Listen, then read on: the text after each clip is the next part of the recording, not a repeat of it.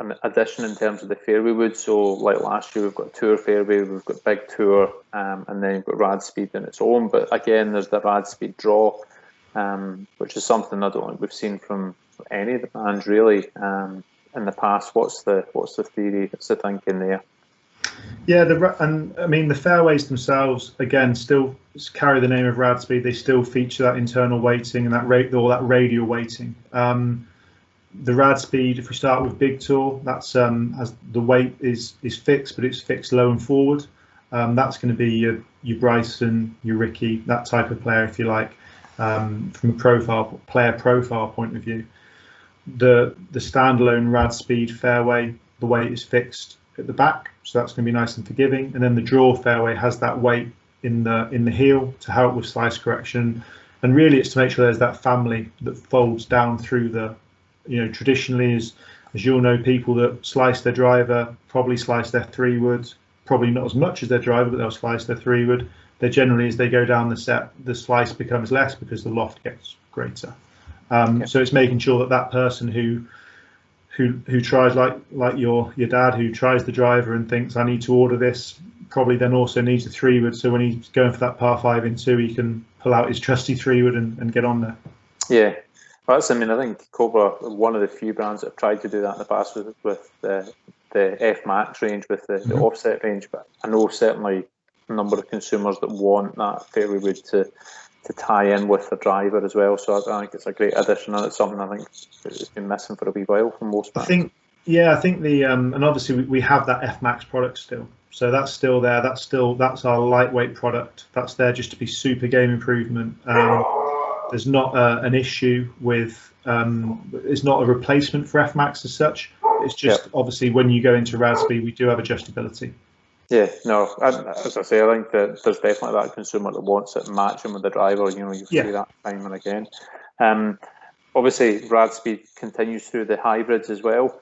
With the one thing that getting hybrid obviously isn't available on fairway woods and things potentially as of yet. I don't know if it will ever come, but the one length concept. So glad to see that that's carrying on. Can you maybe talk through a little bit of the technology in the hybrids, but also the kind of the one length concept as well? Yeah. So the one final thing on fairways I'd add was obviously we've introduced that CNC milled face to the fairways as well. That carries on through the range. In terms of hybrid.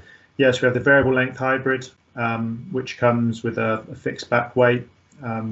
We use hollow split rails, something that we've had for years, but really beneficial. If you think of, you would teach someone to swing and hit a hybrid like they're hitting an iron effectively. Yep. So having those rails on the sole of the club, they're going to act like fins on a surfboard, like the rudder on a boat. They're there to cut through the turf. In terms of the technology, it's the same between variable length and one length. The difference being the one length hybrid obviously is the length of a 7-iron effectively.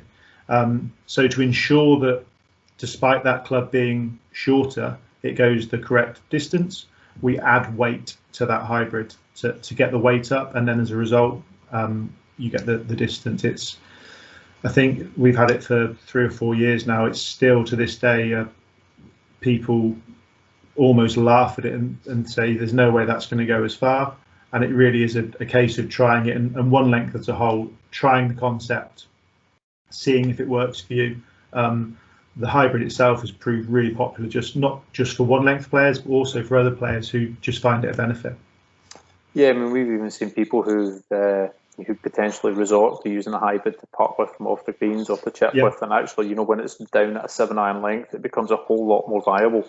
Yeah. I mean, you consider going into that kind of approach shot that's a couple of 100 yards over water or whatever. It's an awful lot easier to hit something that's the length of your 7-iron than it is to hit your.